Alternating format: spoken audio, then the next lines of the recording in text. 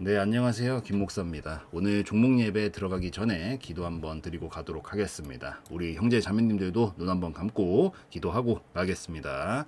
하늘에 계신 우리 아버지여, 죽은 종목들 가운데서 부활하시고 하늘에 올라 전능함을 얻으사 올라가리와 떨어지리를 심판하러 오시리라. 아버지를 믿사오며 영원한 상승을 믿나이다. 아멘. 자, 비나이다. 우리 신성델타테크 오늘도 종목 예배 한번 좀 드려보도록 하겠습니다. 들어오신 분들 구독, 좋아요, 그리고 오늘도 댓글에 아멘 한 번씩 남겨주시면 좋을 것 같습니다. 우리 좋은 마음으로 가자는 뜻이니까요. 한 번씩 남겨주시고 시청해주시고, 우선 어제 설명을 좀 드렸고, 여기서 이제 어제는 단기 그림을 좀 많이 봤죠. 단기 그림을 보면서 이제 요 박스권 안에서 하단까지 왔기 때문에 우선 지켜주느냐가 핵심이고, 이 박스권에서 밑에서 살리기만 하면 어떻게든 위로는 다시 한번 보내면서 시도는 할 수 있다라고 좀 말씀을 드렸는데, 그래서 오늘은 지금 살짝 도치형 캔들로 만들어 주면서 양봉을 약간 띄워놓고 변곡을 더 만들까 말까 하고 있는 그런 시점이다라고 좀 볼 수가 있을 것 같습니다. 근데 사실 이제 우리가 이렇게 조그만한 뭐 이런 거 보려고 하는 거 아니잖아요. 솔직하게 말해서 이 신성 데이터테크 자체가 어쨌든 여기 자리를 잡고 다시 위로 끌어올리면서 이 신성 데이터테크를 여러분들이 보시는 게 확실히 한 방이 있잖아요. 이게 한 방이 있단 말이야, 이런 것들이. 그러니까 어쨌든 우리 아버지께서 이 고난을 주실 때야 이제 고난을 정말 제대로 주시지만, 또 상을 주실 때는 한 번에 상을 주시기 때문에 그 맛에 또 이걸 보는 거 아니겠어요? 그래서 그게 가능하려면 어떻게 봐야 되는지, 또 역사를 우리가 무시를 하면 안 되잖아요. 어찌되었든 이렇게 급등이 나오던 당시들의 어떤 시기의 흐름들을 타면서 갔었는지 좀 살펴보고, 그걸 토대로 지금 필요한 게 도대체 뭔지, 그런 것들 이슈적인 부분들을 조금 한번 좀 보도록 할게요. 우선 신성 데이터테크가 이때 당시에 이제 1차적인 강력 파동이 한번 나왔죠. 20년도랑 21년도 당시에 한번 강력 파동이 나왔었고, 근데 이때는 좀 달랐어요. 지금이랑 좀 달라. 그러니까 지금은 우리가 가장 핫하게 보고 있는 게 이 초전도체 관련된 얘기들이 나오고 나서 이걸로 급부상을 하면서 이제 추가 파동을 끌어올렸다면, 이때 당시에는 이제 이런 개념이 그렇게 크게 막 돋보이는 그런 상황은 아니었죠. 그리고 20년, 21년도는 코로나 이후로 종목들이 오버슈팅이 이제 나오기 시작을 했는데, 이때 당시 가장 크게 움직였었던 게 딱 두 가지였어요. 제약 바이오 테마가 우선 가장 1차적으로 가장 급등을 많이 보였었고요. 그 다음에 이때 당시 2차 전지라든가 전기차라는 게, 물론 그전에도 있었지만 처음으로 시장에서 제대로 된 부각을 받았었다. 그래서 뭐 이때 당시에 뭐 삼성 SDI라든가 뭐 LG 에너지 솔루션이라든가 이런 것들 있죠. 그때 당시 뭐 LG 화학 이런 것들이었지만, 그래서 그때 당시에 요걸 가지고 움직임이 좀 나왔었고, 신성데이터테크 같은 경우에도 이제 이때 당시에는 2차 전지 부품이라든가 전기차 부품 수혜 뭐 이런 것들 관련해 가지고 이슈들이 좀 나왔었던 그런 상황입니다. 그래서 그걸 가지고 이때 당시에는 2차 전지로 좀 끌어올렸었다. 근데 그러고 나서 이제 요 지점에서 자리를 잡고 어떤 걸로 추가 파동을 올리게 됐냐면, 이제 요런 큰 박스권을 그려주고 나서, 그러고 나서 요거로 돌파를 치고 나서 지켜주고 추가 슛이 나였잖아요. 23년도 당시부터 우리가 이제 초전도체라는 게 이 뉴스에도 엄청나게 많이 거론이 되고 실질적으로 많이 나오기 시작을 했었죠. 그래서 이때 당시부터 초전도체 테마가 시장에서 급부상하게 되면서 가장 대표주로 신성데이터테크가 거론이 되게 되면서 강한 모습들을 좀 보여줬어요. 그래서 국내 연구진이 뭐 상온산업 초전도체 뭐 AK99 얘기를 하는 거죠. 그래서 이걸 가지고 이 개발을 주장을 하게 되면서 급등세를 좀 보여줬지만, 사실 정말 솔직하게 얘기를 하면 뭐 물론 아직도 해당되는 내용이긴 하지만, 이게 확실히 뭐 어쨌든 완벽하게 검증이 됐다, 뭐 완전하다, 사실 이렇게까지 보긴 아직은 좀 시기상조긴 하거든요. 그래서 그러다 보니까 우선 기대감을 가지고 먼저 좀 1차적으로 끌어올려줬었던 그런 상황이고, 여기서 이제 실질적으로 뭔가 움직임이 좀 나오기 시작을 했죠. 그러니까 이때 당시에는 뭔가 이런 게 있다. 그러니까 항상 이런 거잖아요. 우리가 예를 들면은 어쨌든 첫 이슈가 발생했을 때 가장 처음에 부각을 많이 받아요. 그러니까 우리가 모르는 거니까. 그러니까 예를 들어서 일부러 조금 극단적인 예시를 한번 가볼게요. 우리 이렇게 조금 평화롭게 이렇게 계속 살고 있는 상황이죠. 물론 전시 상황이긴 하지만 나라 자체가 아직까지는 휴전국이기도 하고. 그렇지만 그래도 비교적 지금은 조금 뭐 우리가 막 나간다고 해서 총소리가 들리고 막 이러지는 않잖아요. 근데 그 상황에서 갑자기 여기서 총소리가 동네에서 팡 들려버려 막. 그러면 어떻게 돼? 사람들 엄청 깜짝 놀라겠죠. 근데 그게 계속된다면 그때부터는 사람들이 별로 안 놀라게 되는 거예요. 그러니까 이때 당시에는 처음으로 이런 것들이 나오다 보니까 갑자기 뭐야? 이러면서 펑 하고 이렇게 터져버린 거죠. 이때 당시에는. 그러고 나서 이제 여기서 추가로 보내려면 여기서 뭔가 이어지는 성과가 있어야 돼요. 그래야 보내줄 수 있는 거고, 24년도 2급등 당시에는 실질적으로 이 뭐 초전도체 특허라든가 뭐 기술 개발 기대감 이런 것들, 이제 단순하게 아 이런 게 있더라 카더라가 아니라 이거를 뭐 특허를 낸다든지 뭐 기술 개발을 한다든지 이런 얘기들이 나오면서 추가 급등을 좀 보여줬었던 상황이죠. 그러니까 결국엔 여기는 가장 기초적으로 원래 이 신성 데이터테크 가지고 있었던 이런 2차 전지에 대한 부분들을 가지고 끌어올렸었다라고 하면 여기서 변화 지점이 만들어지면서 그 다음 상승을 만들어내면서 이런 것들이 있더라라는 걸 가지고 끌어올렸고 여기서는 이제 이걸 이제 뭐 특허라든가 이런 것들로 실질적으로 진행할 수 있는 방안으로 좀 급등을 만들었더라라고 좀 얘기를 할 수가 있을 것 같습니다. 자, 그럼 이제 이걸 토대로 이제 와서 이제 해줘야 되는 거 뭘까요? 어쨌든 계속 꼬리에 꼬리를 물고 이슈가 발전해 나가야 된단 말이에요. 여기서 가장 중요한 거는. 근데 이 초전도체 테마라는 게 사실은 아직까지는 물론 그래도 실질적으로 연결되고 뭐 어느 정도 연구가 진행되는 것들이 분명히 있지만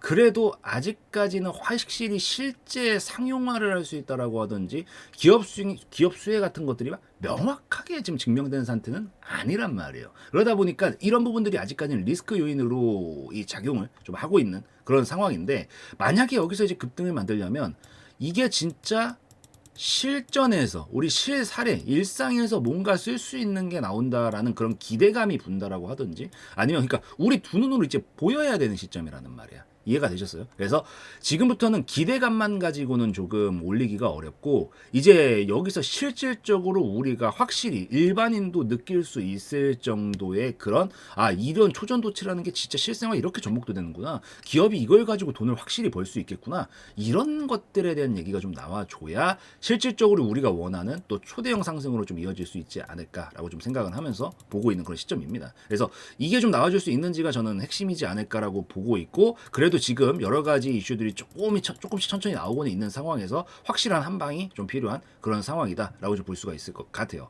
그래서 요거를 우선 먼저 참고를 해주시고 그 다음에 또 중요한 게 그렇다라고 해서 우선 사실 초전도체가 조금 불안정성 원래 처음 개혁하는 길은 항상 불안전하죠. 정말 당연한 거고 이 불안정성 속에서 그나마 좀 다행이다라고 보고 있는 건 그래도 이게 얼핏 보면 제약바이오랑 좀 테마랑 비슷하게 생각을 할 수도 있는 여지가 좀 있어요. 그러니까 결국 아직까지는 미래 기대감을 가지고 끌어올리는 거거든요. 제약바이오도 마찬가지고 현재 초전도체도 마찬가지고 이게 사실 아직 완벽하게 실생활 적용된 게 아니기 때문에 그러니까 제약바이오도 뭘로 끌어올려요? 예를 들자면 그냥 예시예요. 탈모 우리 탈모로 고통받는 분들이 얼마나 많습니까? 물론 그게 저 엄청난 흠이라고 생각은 안 하지만 그래도 스트레스 받을 거 아니에요. 근데 전 세계적으로 이걸 못 고쳤기 때문에 아직까지도 이제 이걸 가지고 사람들이 막 이렇게 스트레스 받고 하는 건데 예를 들어 가지고 탈모 치료에 아주 효과적인 무언가가 발견이 되었다라고 하면 그 제약바이오 테마 관련주들은 미친 듯이 급등이 나오죠. 왜? 아직 성과가 안 나왔어도 이거를 미래에 어쨌든 개발만 하면 대박이거든. 이거 그냥 다 렌징하고 남는다라는 기대감이 서거든요. 그래서 제약바이오는 보통 이걸 가지고 많이 움직이고 초전도체도 아직 완벽하게 뭔가 나온 건 아니야. 아직 완벽하게 실생활에 적용할 수 있을 만큼 뭔가 보이는 거 아니지만 이거를 성공하게 됐었을 때 무궁무진하다라는 기대감을 가지고 끌어올리는 건데 두 개의 공통점은 그만큼 기대감을 가지고 움직이는 테마다라는 게 중요하긴 한데 거기서 이 신성데이터테크의 한 가지 차이점은 뭐냐면 제약바이오는 근데 맨날 적자주인 경우가 많아요. 그러니까 단순하게 이게 거품일 가능성이 굉장히 높다라고 볼 수 있는 게 제약바이오 쪽이고 신성데이터테크 같은 경우에는 그래도 재무가 뒷받침이 됩니다. 그러니까 이것만 가지고 가는 게 아니야. 얘는 이때 당시 2차전지 가지고도 끌어올렸다라고 얘기를 했죠. 그러니까 이런 게 기본적으로 근간 베이스가 있기 때문에 완벽 거품이라고 보기는 좀 어려워서 물론 테마 자체는 그래도 어느 정도의 불안정성을 띠는 게 분명히 맞다. 인정할 건 우리 인정하고 넘어가자. 그렇지만 여기서 그래도 뒷받침이 좀 될 수 있는 것들은 분명히 있기 때문에 이 부분들을 참고해서 봤었을 때 어쨌든 지금 확실하게